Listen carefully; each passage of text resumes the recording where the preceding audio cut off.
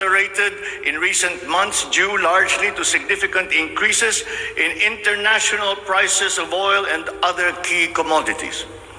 Still, the economic growth momentum remains firm, as demonstrated by the strong 2022 first quarter GDP growth at 8.3%. However, the recovery process from the impact of the pandemic is still ongoing, amid elevated uncertainty in the international economic environment.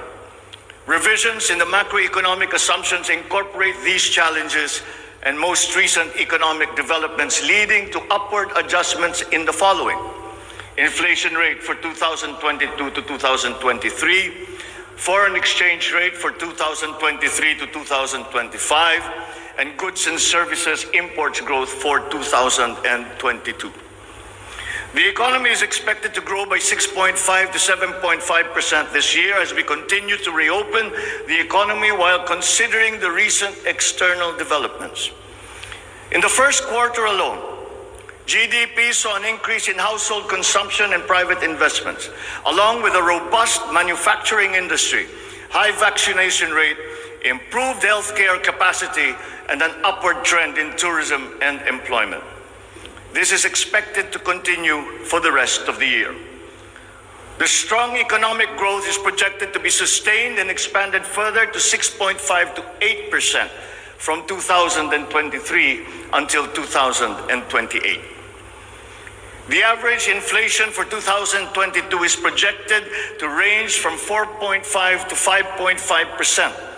Following the uptick in fuel and food prices as a result of the ongoing Russia-Ukraine conflict and the disrupted supply chains. It is slightly adjusted to 2.5 to 4.5% in 2023 and is seen to return to the target range of 2.0 to 4.0% by 2024 until 2028. Dubai crude oil price is expected to settle at 90 to 110 US dollars per barrel in 2022, 80 to 100 US dollars per barrel in 2023, and 70 to 90 US dollars per barrel from 2024 onwards, as oil supply is expected to catch up and stabilize over the medium term. The Philippine peso is projected to average between 51 to 53 pesos per US dollar in 2022 and 51 to 55 pesos per US dollar from 2023 onwards due to aggressive monetary policy tightening by the US Federal Reserve, market aversion amid the Russian-Ukraine conflict, and again, increased global oil prices. Lastly, exports of goods are expected to grow by 7% in 2022 and 6% from 2023 to 2028. On the other hand, imports of goods are projected to grow by 18% in 2022, 6% in 2023, and 8% from 2024 to 2028.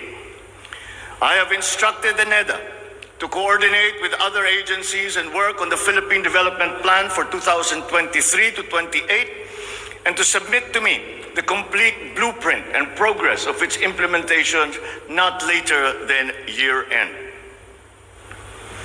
One of the main drivers of our push for growth and employment will be in the agricultural sector. With regard to food supply, we are confronted by a two-pronged problem: that which will hit us in the short term and that which will hit us in the long term. Tayo ay nahaharap sa mga problemang kagyat nating mararamdaman at mga hamong pangmatagalan. Ang mga suliraning agarang mararamdaman ng ating mga kababayan ay ang posibilidad ng tuloy-tuloy na pagsipa ng presyo ng pagkain at kakulangan sa supply ng ating pagkain. Upang masuportahan ang mabimili para mapanatili ang kanilang purchasing power o kapangyarihan sa pagbili, isinapinal ng Department of Agriculture ang planong taasan ang produksyon sa susunod na panahon ng pagtanim o planting season sa pamamagitan ng tulong pinansyal at teknikal. Magbibigay tayo ng pautang habang mas ilalapit natin sa sektor ng agrikultura ang hindi gaanong mahal na farm inputs na bibilhin na ng bulto ng gobyerno. Kabilang dito ang abono, pestisidyo, mga punla, feeds, fuel subsidy at ayuda para sa mga karapat-dapat na benepisyaryo. Para sa pangmatagalang solusyon, itataas natin ang produksyon ng mga kalakal at produktong pang-agrikultura. At para magawa ito, pagtitibayin natin ang tinatawag na value chain na nagsisimula sa mga magsasaka hanggang sa mga namimili. May mga bahagi ng value chain na sa ngayon ay kanya-kanya ang operasyon. Pagtibayin natin ang koordinasyon ng iba't ibang bahagi nito. Ang pagsasaliksik para sa mga makabagong paraan at ng pagtatanim at pag-aalaga ng hayop ay masusing gagabayan ng Department of Agriculture. Ang produksyon ng farm inputs o mga kakailanganin ng mga magsasaka sa pagpapalago ng kanilang sakahan ay ating iaayon sa mga hamong dala ng climate change at global warming. Mahigpit na pagsusuri ang gagawin ng ating mga eksperto tungo dito. Ang mga pautang at financial assistance sa mga magbubukid at mangingisda ay magiging institusyon at patakaran ng aking administrasyon.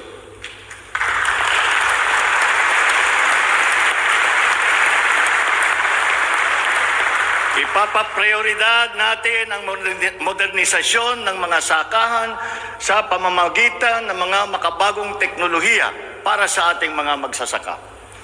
Atin palalawakin ang mga palaisdaan, babuyan at manukan. Lahat ng ito gagamitan ng siyensya para tumaas ang produksyong agrikultural.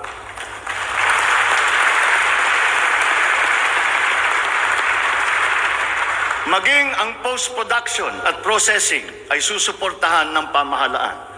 Gagawa tayo ng national network ng farm-to-market road upang mas mabilis na mailakbay ng mga magsasaka ang kanilang mga produkto sa mga pamilihan. At gagawa tayo ng mga paraan upang maramdaman ng mga mamimili ang pagluluwag ng presyo ng mga produktong pagkain sa kayang halaga, gaya ng muling pagbubuhay ng mga Kadiwa Center.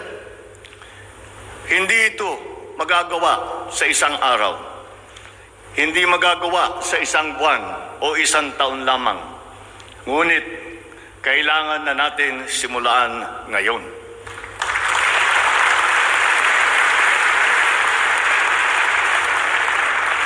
Ang Agrarian Reform Program ay dapat magpatuloy. Agrarian reform is not only about acquisition, but also about support services and distribution. To assist this, I intend to issue an executive order to impose a one-year moratorium on the payment of land amortization and interest payments.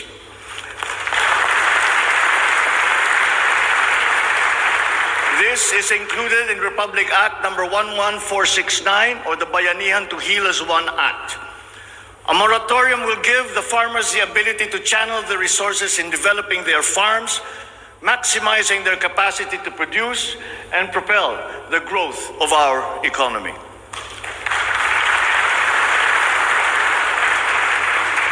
Civil society organizations also support this because it will unburden the farmers of their dues and be able to focus on improving farm productivity.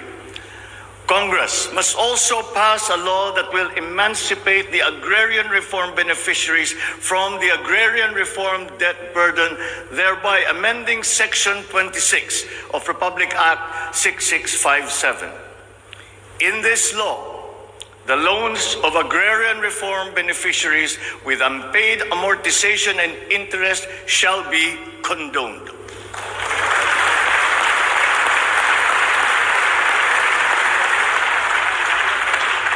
Layunin ng batas na ito ay burahin ang hindi mabayarang utang ng ating mga magsasaka na benepisyaryo ng agrarian reform. Agrarian reform beneficiaries who are still to receive their awarded land under the Comprehensive Agrarian Reform Program shall receive it without any obligation to pay any amortization.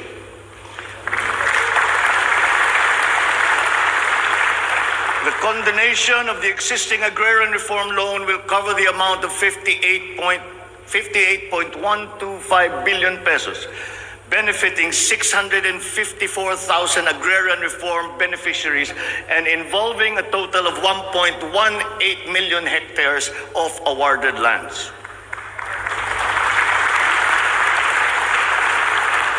Executive Order Number 75, Series 2019 requires that all government agencies, bureaus, departments, and instrumentalities to turn over agricultural lands to qualified agrarian reform beneficiaries.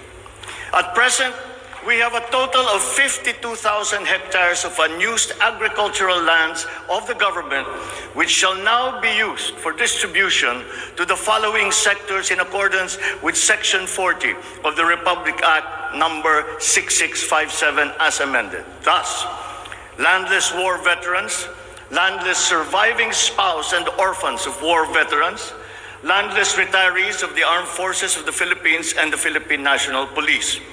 Agricultural lands acquired under this program will be given to graduates of college degrees in agriculture who are landless.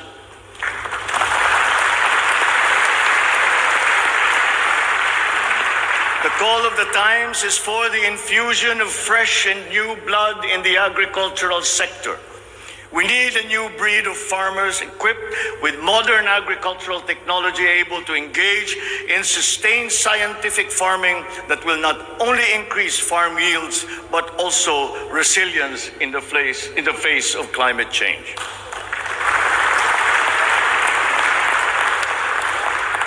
They say that each brand has a story.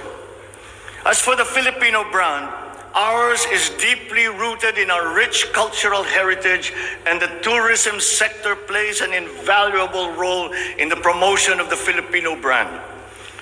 Tourism is not only an important economic development tool, but the abundance of opportunities that the sector creates in terms of regular employment and even job creation at the grassroots level is undeniable. To boost our tourism industry, we will first and foremost make basic developments, such as road improvements for easier access to tourism spots. We will also upgrade our airports and create more international airports to help decongest the bottleneck in the Manila airport. We will also make it more convenient for travelers to go around the country, even to remote areas, to help promote undiscovered tourist spots. This program will be led by the Department of Tourism together with the Department of Public Works and Highways.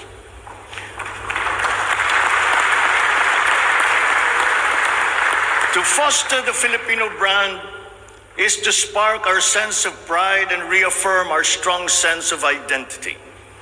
It is time to welcome the rest of the world with an enhanced Filipino brand that is unique, attractive, and creative. The creativity of the Filipino is truly world-class. We excel in arts and culture, new media, live events, avenues which generate primary and downstream jobs for our creative and talented countrymen. Unfortunately, ang mga hanap buhay na ito ang unang pinadapa ng pandemya at ang pinakahuli namang makabalik sa normal. The creative industry likewise faces many challenges, including workplace conditions, working hours, intellectual property rights, and the welfare of our beloved freelancers who were left vulnerable during the height of the pandemic. We require an institutionalized creative industry that will advance the interest of its stakeholders. Sila na nagbibigay ng kaluluwa at pagkakilala sa ating pagka-Pilipino. Protektahan natin sila.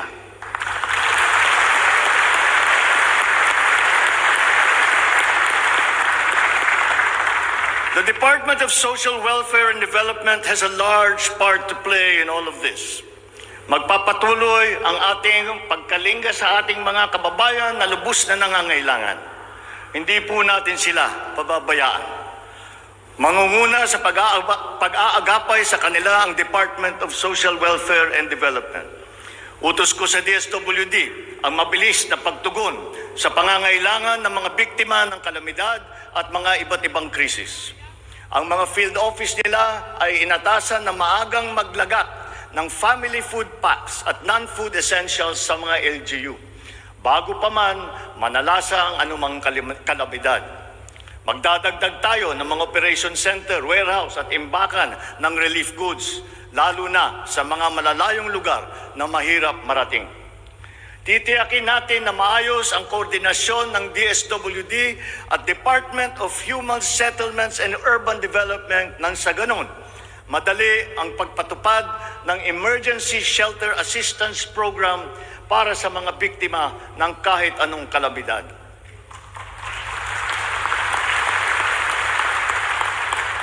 Pagtitibayin pa natin ang komprehensibong programang Assistance to Individuals in Crisis Situations o ang ating tinatawag na AICS para may parating ang tulong sa mas maraming biktima. Hindi natin papahirapan ang mga biktima ng krisis na dudulog sa ahensya. Gagawin nating simple ang proseso ng paghingi at pagparating ng tulong. Dahil hindi naman dapat dinadagdagan pa ang hirap ng nararanasan ng ating mga mamamayan. Upang matiyak na mapupunta sa kwalipikadong mga pamilya ang tulong na pamahalaan sa pamamagitan na 4Ps o Pantawid Pamilya Pilipino Program, titiyakin natin na malilinis ang listahan ng benepisyaryo.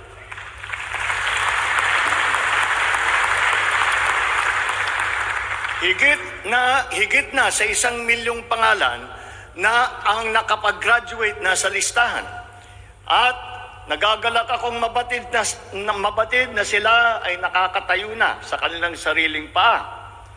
Kaugnay nito ay inutusan ko ang DSWD na pag-ibayuhin pa ang pagrepaso ng listahan upang maitutok ang pamimigay ng sapat na ayuda sa mga lubos na nangangailangang pamilya.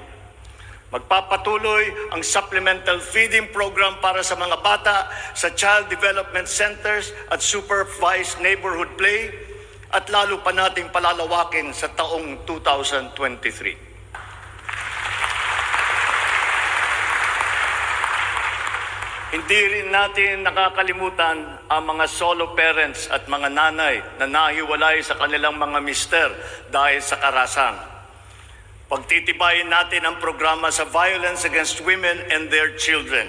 Kabilang na ang counseling para sa mga biktima, katuwang ang ating mga LGU.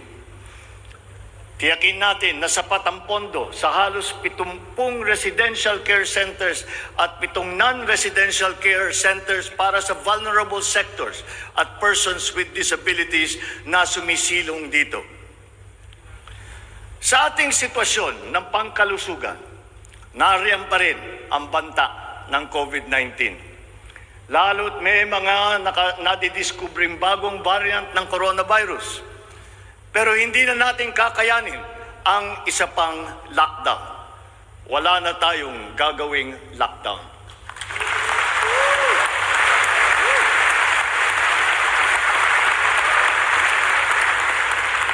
Dapat natin balansehin ng maayos ang kalusugan at kapakanan ng ating mga mamamayan sa isang banda at ang ekonomiya naman sa kabilang banda.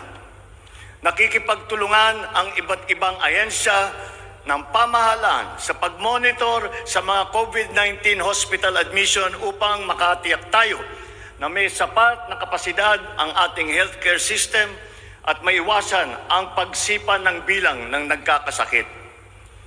Patuloy din ang ating vaccine booster rollout para sa ating pangkalahatang depensa.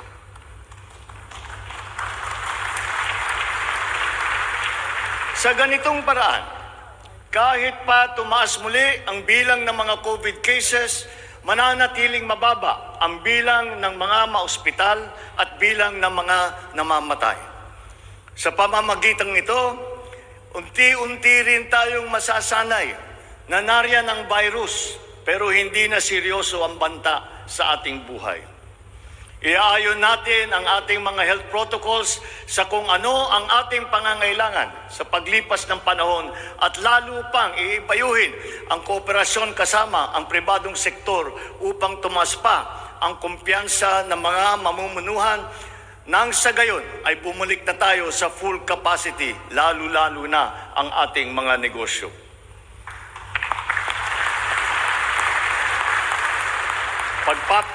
Pagbubutihan pa natin ang pagpapakalat ng tamang impormasyon ukol sa COVID, kasama ang kahalagahan ng bakuna. Mananatili muna sa ngayon ang alert level system natin. Pinapag-aralan natin ang ibang paraan ng klasifikasyon upang mas babagay sa kasalukuyang sitwasyon, lalong-lalo na sa pagbabago ng COVID. Sa pakikipagtulungan ng Kongreso, itatatag natin ang ating sariling Center for Disease Control and Prevention at ang isang Vaccine Institute.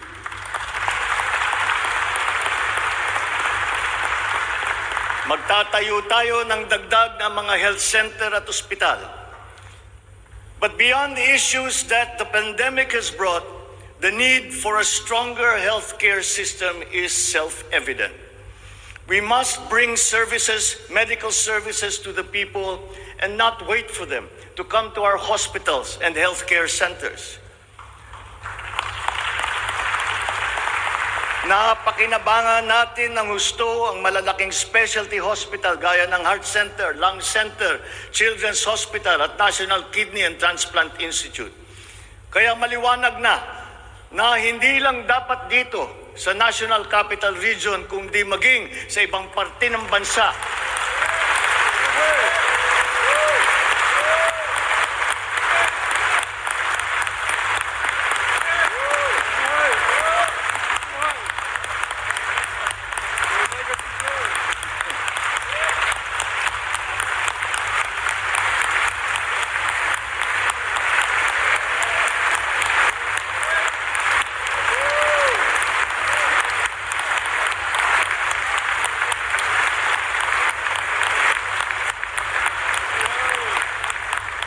Maliwanag na hindi lamang dapat dito lamang sa National Capital Region kundi maging sa ibang parte ng bansa, kailangan magdagdag ng ganitong uri ng mga pagamutan.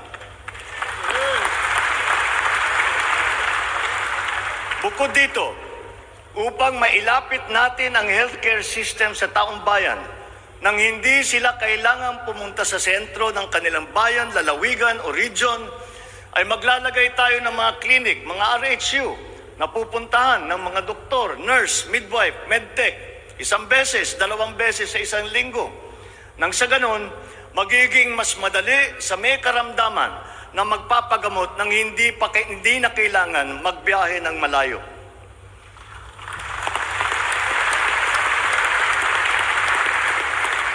One of the cornerstones of a strong healthcare system is the provision of competent and efficient medical professionals. We will exert all efforts to improve the welfare of our doctors, our nurses, and other medical frontliners. Dapat din tayong magkaroon ng sapat na supply ng gamot na kinakailangan sa pang-araw-araw ng ating mga mamamayan. Sinimulan ko na ang pakikipag-usap sa mga kumpanya ng gamot dito sa Pilipinas at sa ibang bansa. Hinihikayat natin na buksan nila ang merkado upang bumaba ang presyo ng gamot.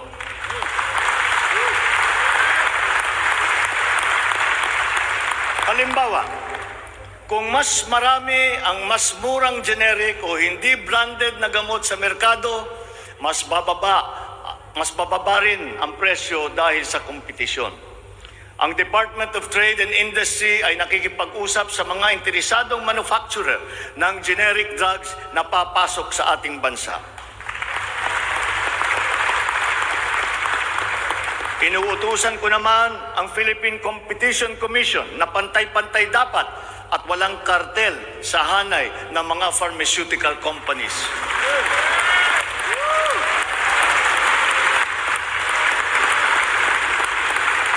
Dahil kapag bukas ang merkado, bababa ang presyo ng gamot para mapakinabangan ng ating mga mamamayan. This is one of the hard lessons that we learned when the pandemic struck, and therefore we must act on that shortcoming.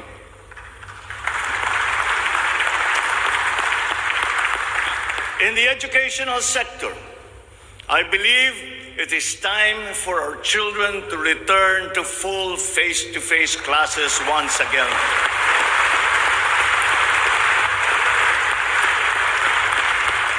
The Department of Education, led by our highly able Vice President Sara Duterte, is now preparing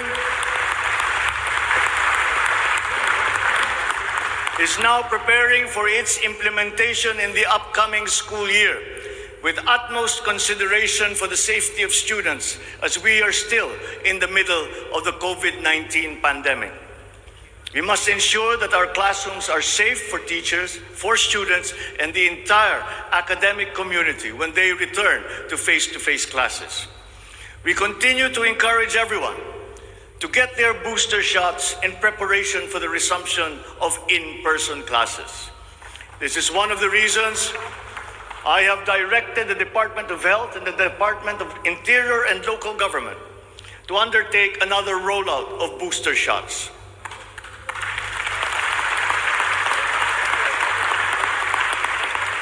The condition and availability of schoolrooms for our students must also be addressed, again, in coordination with the Department of Public Works and Highways.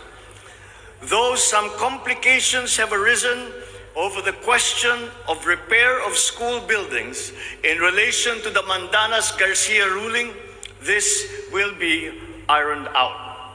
We have been in discussion with local government leaders, governors, and mayors in the last few weeks to determine with the LGUs what is actually practicable, what functions belong to the LGUs, and what belong to the national government. There have also been lengthy discussions on the continuation and viability of the K-12 school system. We are giving this careful review, and all necessary inputs and points of view are now being considered.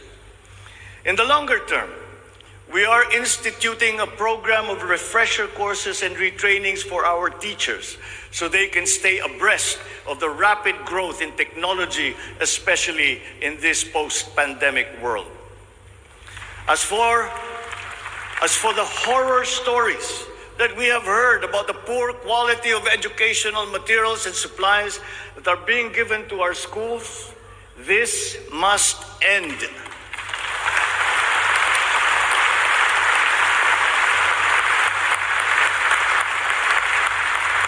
Our children must always be equipped with the best that we can provide. Ang edukasyon ay ang tangi nating pamana sa ating mga anak na hindi mawawaldas. Kaya anumang gastusin sa kanilang pag-aaral ay hindi tayo nagtitipid. Hindi rin tayo nagtatapon. And once again, I am not talking about history or what is being taught. I am talking about materials that are necessary for effective teaching in this day and age. Children now need connectivity to the internet. They need devices to use. They need computers, educational tools.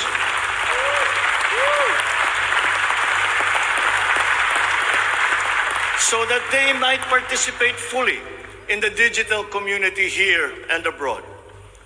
We must do better in the international rankings, especially when it comes to the so-called STEM subjects: science, technology, engineering, and mathematics. These skills, this knowledge, are necessary for our young people to be able to compete in a highly technological and competitive world. The raw talent is there in our young people.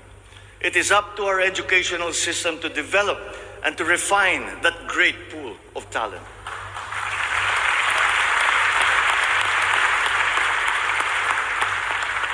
Foreign employers have always favored Filipino employees because of our command of the English language.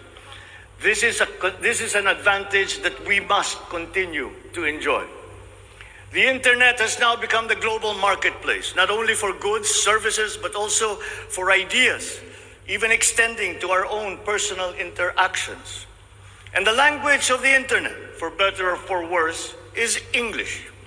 Therefore, the question of our medium of instruction must be continuously re-examined to maintain that advantage that we have established as an English-speaking people.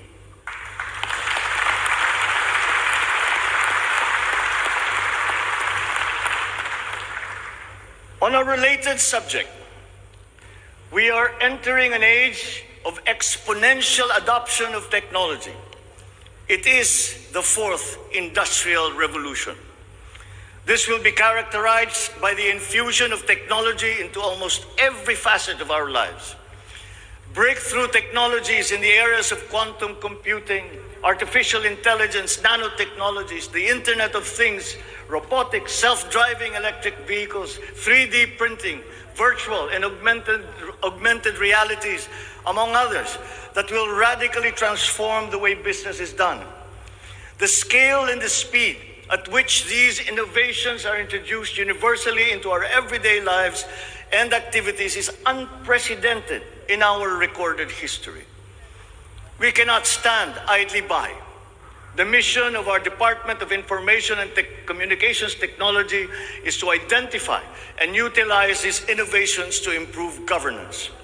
It has the daunting task now of transforming our government into an agile bureaucracy that is responsive to the needs of the public, provide good and solid data to ensure informed decision-making, as well as allow secure and seamless access to public services. The voluminous records stored in the government warehouses and archives have to be digitized. Those that are already stored in various inventories of data should be harmonized and shared across departments and agencies.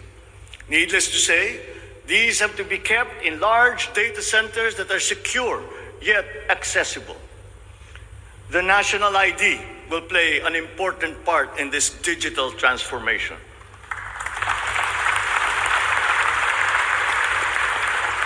For citizens to be able to seamlessly transact with government, their identity must be easily verifiable.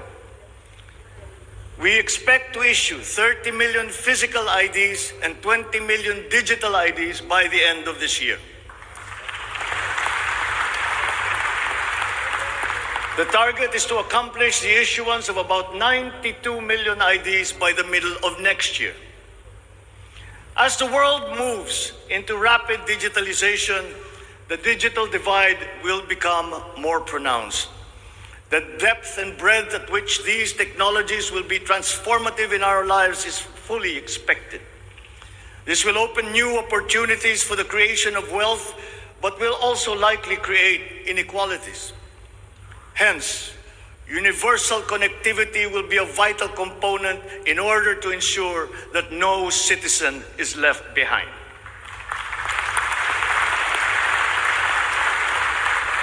I have therefore tasked the DICT to deploy digital connectivity across our various islands.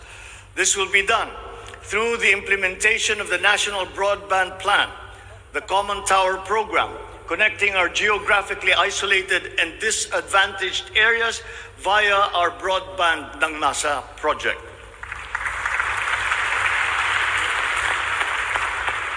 All relevant modes of digital transport should be utilized.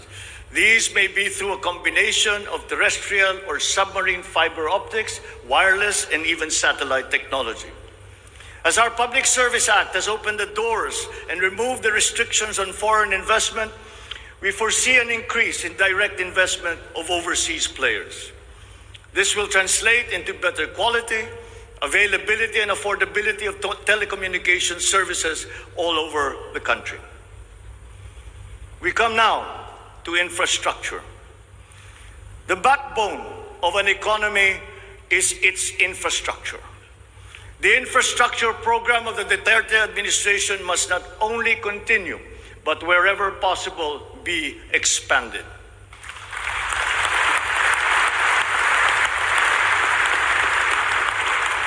we shall confidently build on this firm foundation established by my predecessor, as it is in building an edifice.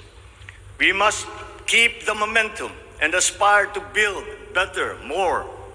Necessarily, infrastructure development will remain a very high priority in our drive for growth and employment. Once again, I will not suspend any of the ongoing projects, as those have already been shown to be of benefit to the public that they serve.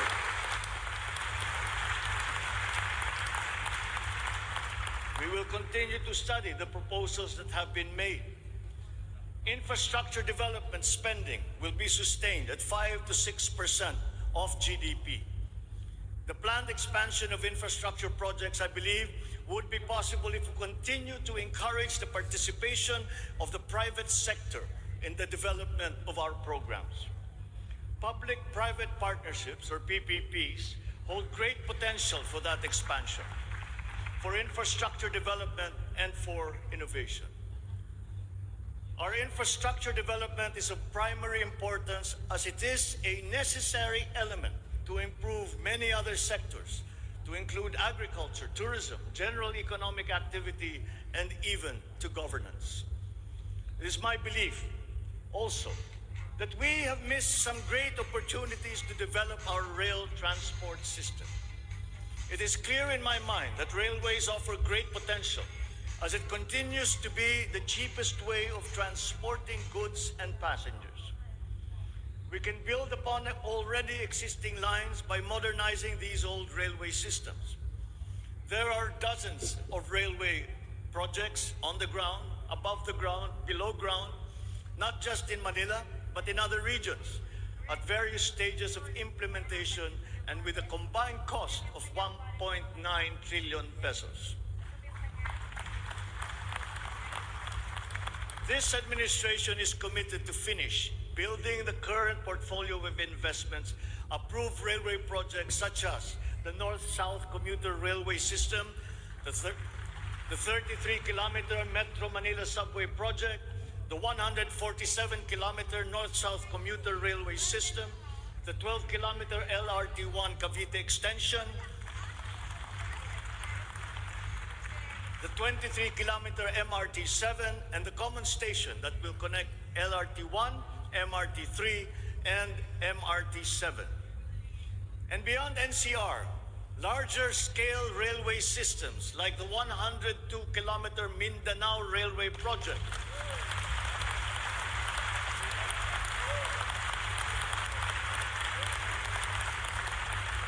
the Panay Railway Project,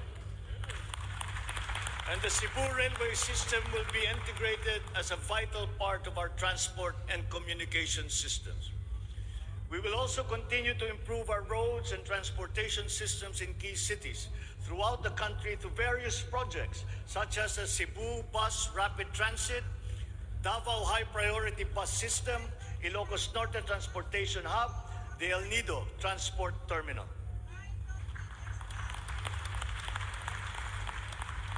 My order to the Department of Transportation, or DOTR, is really very simple. Full speed ahead.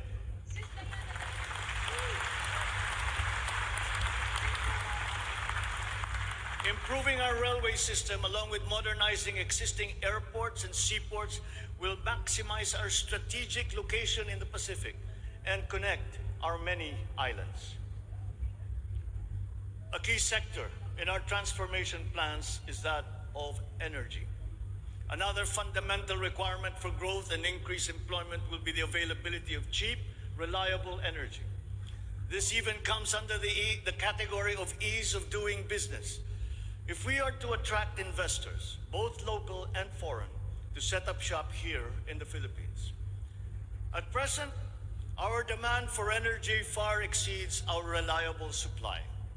We must increase the level of energy production. We must look at every possible option that would be appropriate for the Philippine situation. There is some room to expand our present power supply through existing power sources, but this is only to a very limited extent. We must build new power plants.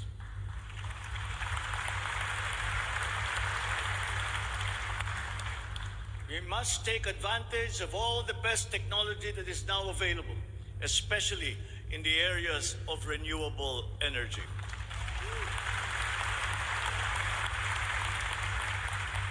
Our search for new power sources should always be with an eye to improving the mix of the energy supply between traditional and renewable sources. The technology on renewable energy is progressing rapidly, and many of these technologies are appropriate for the Philippines. We have already begun windmill power. We are now expanding very quickly our solar power production. For both offshore and onshore wind turbines, for example, the World Bank has calculated that there is a potential for 255 gigawatts by the year of 2030. Solar power has steadily increased its efficiency in converting sunlight to electrical power, which is particularly attractive for the Philippines. Because unlike wind power, solar power is practical almost everywhere in the Philippines all year round. In the move to lowering our carbon footprint caused by energy production, our advancement to renewables will have a lead time. In the interim, natural gas will hold the key. We will provide investment incentives by clarifying the uncertain policy in upstream gas, particularly in the area close to Malampaya. This requires clarification of the processes and review of service contracts policy. I believe that it is time also to re-examine our strategy towards building nuclear power plants in the Philippines.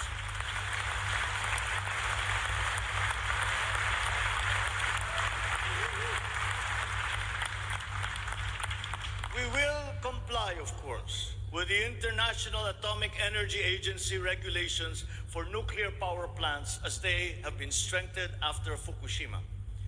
In the area of nuclear power, there have been new technologies developed that allow smaller scale modular nuclear plants and other derivations thereof.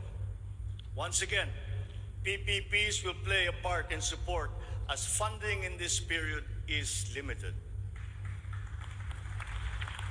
Furthermore, we must examine the entire system of transmission and distribution for the purpose of finding ways to lower the price of energy to the consumer and to industry.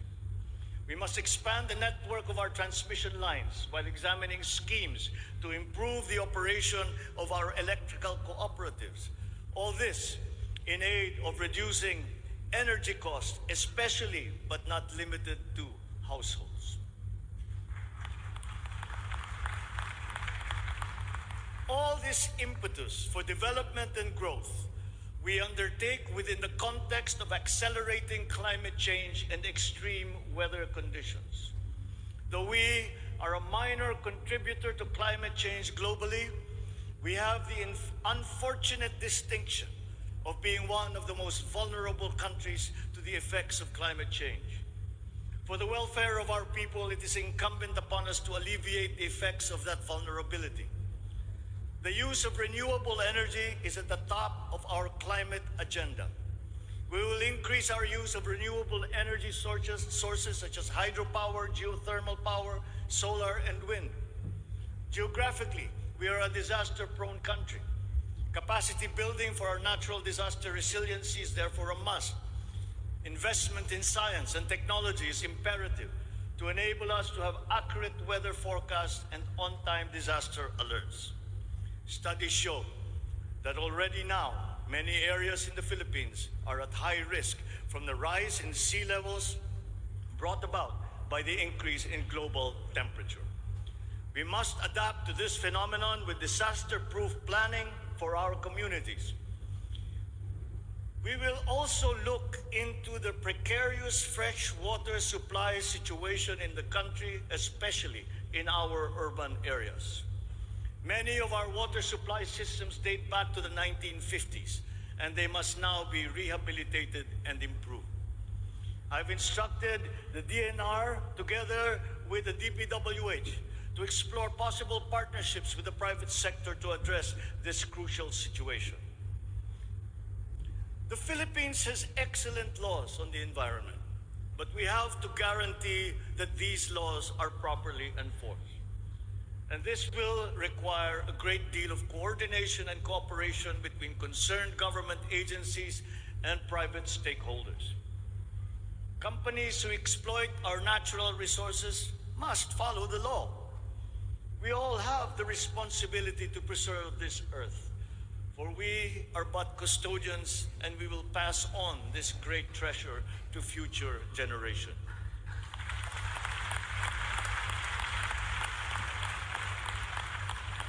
There is no question that the preservation of the environment is the preservation of life. If we cannot mitigate climate change, all our plans for the economy, all our plans for our future will be for naught. Bawat Pilipino sa ibayong dagat na nagsasakripisyong lisanin ang kanyang pamilya sa Pilipinas upang maghanap buhay ay nararapat lamang magkaroon ng pamahalaang matatawag nilang tahanan habang nasa ibang bayan.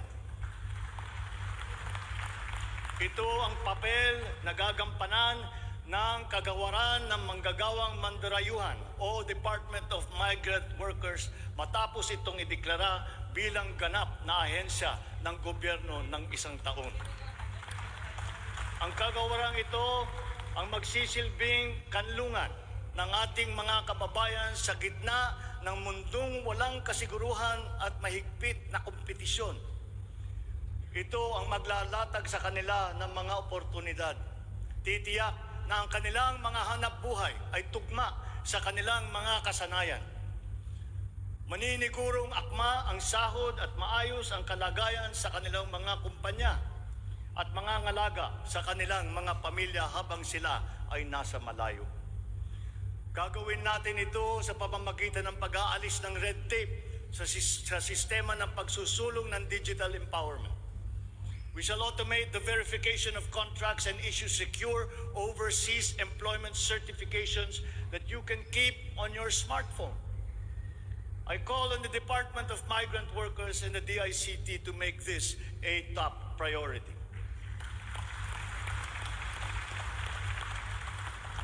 Tinatawagan ko rin ang Department of Foreign Affairs na makipagtulungan sa Department of Migrant Workers na tiyakin ang lahat ng mga diplomatic post ay tutulong na agarang maibalik sa trabaho ang mga ating mga overseas Filipino workers na nawalan ng hanap buhay nitong nakalipas na ilang taon. Mula sa 3 buwan ay gagawin na lang nating 3 linggo para sa isang dayuhang employer na iproseso ang mga papeles ng Pilipinas ng Pilipinong nais nitong kunin bilang empleyado. Aatasan din natin ang kagawaran ng gawing simple ang komplikadong handbook ng mga tuntunin at regulasyon para sa mga OFW. Nang sa gayon ay maging malwan ang mga transaksyon may kinalaman sa kanilang pangingibang bansa. Mula sa handbook na may 240 seksyon ay gagawin nating pamphlet na lamang na hindi hihigit sa 100 pahina. Mahirap na nga ang buhay. Kaya naman, ayaw pa natin makitang lalo pang nahihirapan ang ating mga manggagawang mandarayuhan sa pagtupad sa kanilang mga pangarap. Para sa mga kababayan nating naiipit sa kaguluhan, inaabuso at nanganganib ang buhay, ikinagagalak kong sa ilalim ng aking pamumuno ay ilulunsad natin ang One Repatriation Command Center o ORCC. Ilalaan natin ang isang social media platform ng Department of Migrant Workers at ang hotline upang matulungan agad at maligtas sila mula sa mas higit na kapahamakan. Noon, nangungutang pa ang isang ina ng bawat OFW upang sumakay ng barko para pumunta sa Maynila at mangatok sa iba't ibang ahensya para mapauwi ang anak na inaapi. Ngayon, kami na ang tatawag sa mga magulang ng OFW para sabihin sa kanila ang petsa kung kailan nila mayayakap at makakapiling ang kanilang mga anak.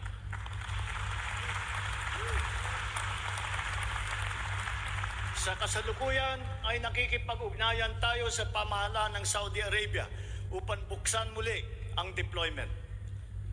Kaya natin at gagawin natin ang makipagnegosasyon na mabigyan ang ating mga kababayan doon ng tamang pasahod at mapangalagaan ang kanilang karapatan at kapakanan. Muli natin patitibayin ang respeto at pagkakaibigan ng ating dalawang bansa tulad ng namamagitan sa ating ama sa kanilang hari. Sa mga susunod na buwan ay magtutungo si Secretary Susan Ople sa Saudi Arabia upang tiyakin na may sapat na puwersang magsisiguro na mabubuksan muli ang empleo sa bansa at para maisulong ang ating kampanya laban sa human trafficking. Ngayon, para naman sa mga anak na naiwan sa Pilipinas, titiyakin ng Department of Migrant Workers sa pamamagitan ng OWA na sila ay maipapasok sa magagandang paaralan, magtuturo sa kanila ng financial literacy, mental wellness, sports, sining, kultura. Ito ay mangyayari sa pakikipagtulungan ng iba't ibang ahensya ng pamahalaan. Alagaan natin ang kabataang Pilipino sapagkat sila ang kinabukasan ng ating inang bayan.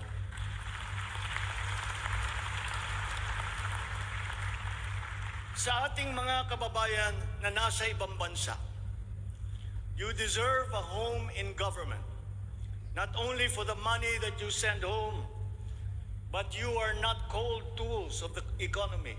You deserve it for your sacrifices for our country and your perseverance and excellence in the global arena. You OFWs represent the fighting faith of the Filipinos as a nation and as a people. Let us transform your overseas journey into inspirational stories for all time. Thanks to you, our dear legislators, and of course to the man every OFW now refers to as their tatay, President Rodrigo Duterte. You passed the law that created this new home for our OFWs.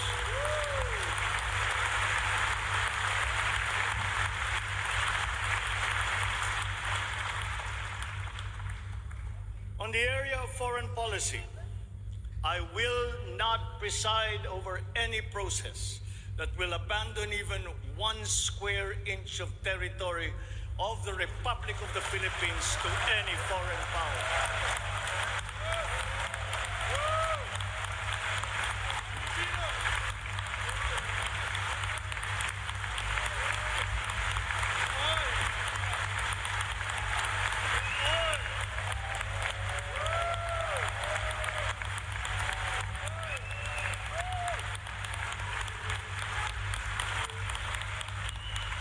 With respect to our place in the community of nations, the Philippines shall continue to be a friend to all, an enemy to none.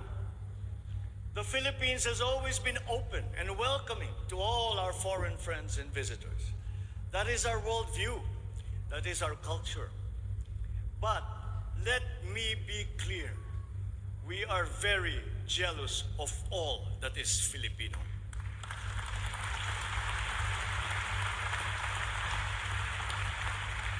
We will be a good neighbor, always looking for ways to collaborate and cooperate with the end goal of mutually beneficial outcomes.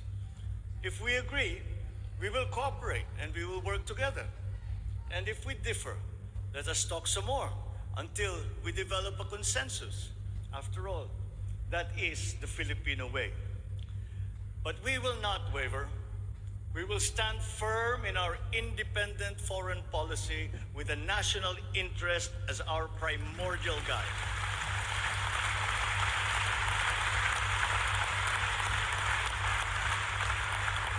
We commit to maintaining good relations with the rest of the world. As a matter of fact, it is my sincere belief that the need for strong bonds and collaboration among nations emerges in the direst of times, such as in a pandemic. The partnerships and alliances that we make with all will provide stability that all nations will need as we emerge into this new global economy. The Philippines will continue to promote stronger and multifaceted relationships with all our partners around the world. We are, in fact, grateful for the messages of support and offers of help that we have received from many of our friends in the international community. This has been communicated to us through the different envoys and ambassadors here in the Philippines. Such strong relationships can only be beneficial to all involved. As I am here today addressing the legislature, allow me now to propose legislation that we would like you to pass in support of these programs. 1. National Government Right-Sizing Program, a reform mechanism that seeks to enhance the government's institutional capacity to perform its mandate and to provide better services while ensuring optimal and efficient use of resources. Compared to previous government reorganization efforts, the NGRP will entail a comprehensive strategic review of the functions, operations, organization, system, and processes of the different agencies, and massive and transformational initiatives in agencies concerned, such as mergers, consolidations, splitting, transfer, and even the abolition of some offices. The right-sizing efforts will also involve the conduct of a comprehensive strategic review of functions, programs, and projects that will cut across various agencies. Number 2, a budget modernization bill. This seeks to institutionalize a cash-based budgeting system under Executive Order Number 91, Series 2019, to strengthen fiscal discipline in the allocation and use of budget resources by ensuring that every peso budgeted by the government would lead to the actual delivery of programs and projects. The full implementation of the CBS is timely and vital as the government executes response and recovery plans post-pandemic. Number 3, Tax Package 3 Valuation Reform Bill. This bill provides for the establishment of real property values and valuation standards across the country, and B, the development of real property information system that provides for the database of all real property transaction and declarations in the country. Number 4, Passive Income and Financial Intermediary Taxation Act. This seeks to reform the taxation of capital income and financial services by redesigning the financial sector taxation into simpler, fairer, more efficient, and a revenue-neutral tax system. It also represents to adopt a regionally competitive tax system. Number 5, E-Government Act, which provides for the establishment of the E-Government Master Plan, which shall cover all e-government services and processes. Number 6, the Internet Transaction Act, or e-commerce law, which aims to establish an effective regulation of commercial activities through the Internet or electronic means to ensure that consumer rights and data privacy are protected, innovation is encouraged, fair advertising practices and competition are promoted. Online transactions are secured, intellectual property rights are protected, and product standards and safety are observed. Number 7, Government Financial Institutions Unified Initiatives to Distressed Enterprises for Economic Recovery. This seeks to provide financial assistance to distressed enterprises critical to economic recovery through programs and initiatives to be implemented by the Land Bank of the Philippines, the Development Bank of the Philippines, and the Philippine Guarantee Corporation for purposes of addressing liquidity or solvency problems of MSMEs and strategically important industries to encourage their continued operation and maintain employment. Number 8, the establishment of a Medical Reserve Corps. Establishes a Medical Reserve Corps under the Health and Emergency Management Bureau of the DOH. The MRC shall be composed of licensed physicians, medical students who have completed their 4 years of medical courses, graduates of medicine, registered nurses, licensed allied health professionals. So guys, Number kakapos ko 9. lang ng TikTok ko, tapos National Disease Prevention Management Authority. This bill seeks to create the Center for Disease Prevention and Control attached to the DOH. Number 10, the creation of the Virology Institute of the Philippines. This will create the Virology Science and Technology Institute of the Philippines as an attached agency of the DOST. All offices and units under the DOST with functions related to virology shall now be transferred to the Virology Institute of the Philippines. Number 11, the Department of Water Resources.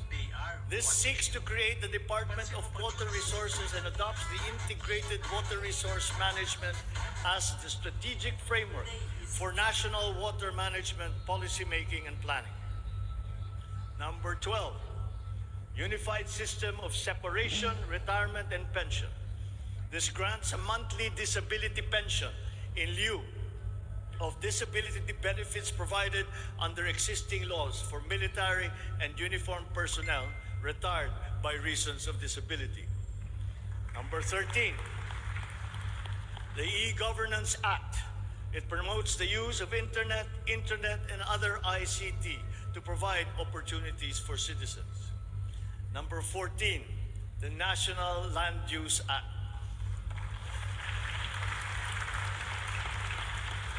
This will provide for a rational and holistic management and development of our country's land and water resources, hold owners accountable for making these lands productive and sustainable, strengthen the LGU to manage ecological balance within its jurisdiction.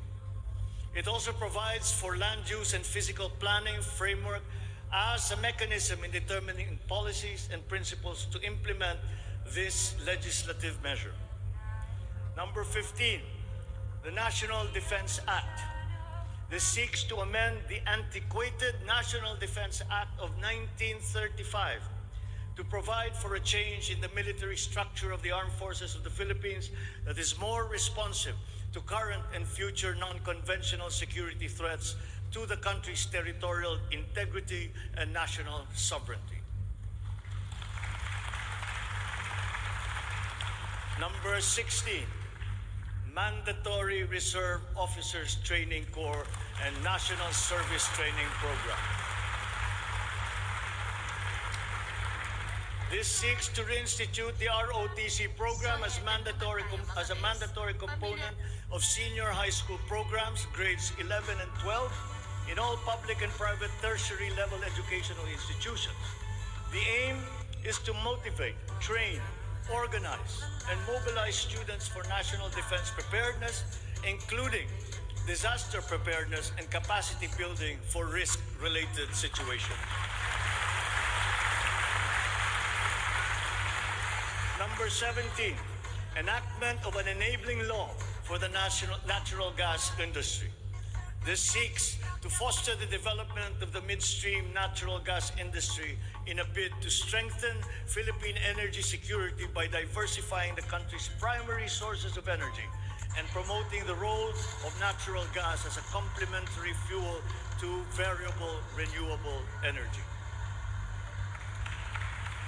Number 18, amendments to the Electric Power Industry Reform Act, or EPIRA. This aims to improve the implementation of the law's provisions and enhance its effectiveness to address the high cost of electricity, alleged market collusion, and insufficient power supply. The bill seeks to restructure the Energy Regulation Commission to foster accountability and improve the Commission's government system that would ensure consumer protection and in enhancing competitive operation of the electricity market. Number 19, amendments to the Build, Operate, Transfer Law. This seeks to improve the implementation of the public-private partnership program and to be able to direct the desired outputs and outcomes in line with the strategic development targets of the country. Specifically, the amendments seek to: 1. Address the ambiguities in the existing law. 2. Address the bottlenecks and challenges affecting the implementation of the PPP program. And 3. Foster a more competitive and enabling environment for PPPs. To my fellow Filipinos, ang aking mga minamahal na kababayan, batid ko na hindi madali ang ating pinagdaraanan sa nakaraang higit na 2 taon.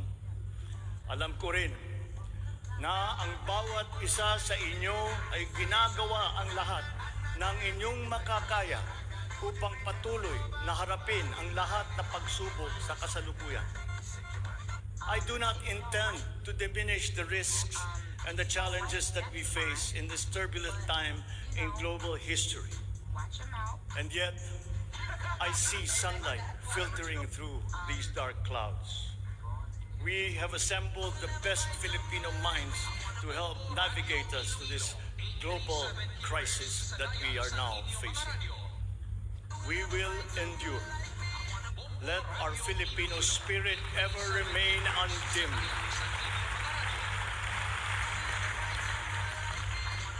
I know this in my mind. I know it in my heart. I know it in my very soul. The state of the nation is sound. Thank you and good afternoon. Marami pong salamat sa inyo lahat.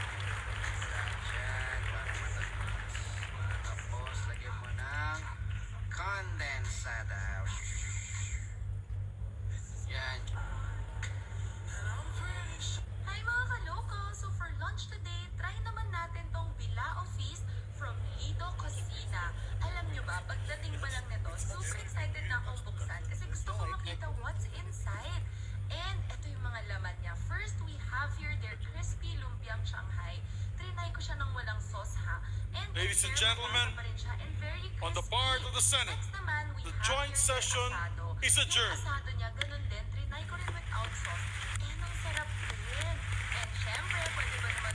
On the part of the House of Representatives, the joint session is adjourned.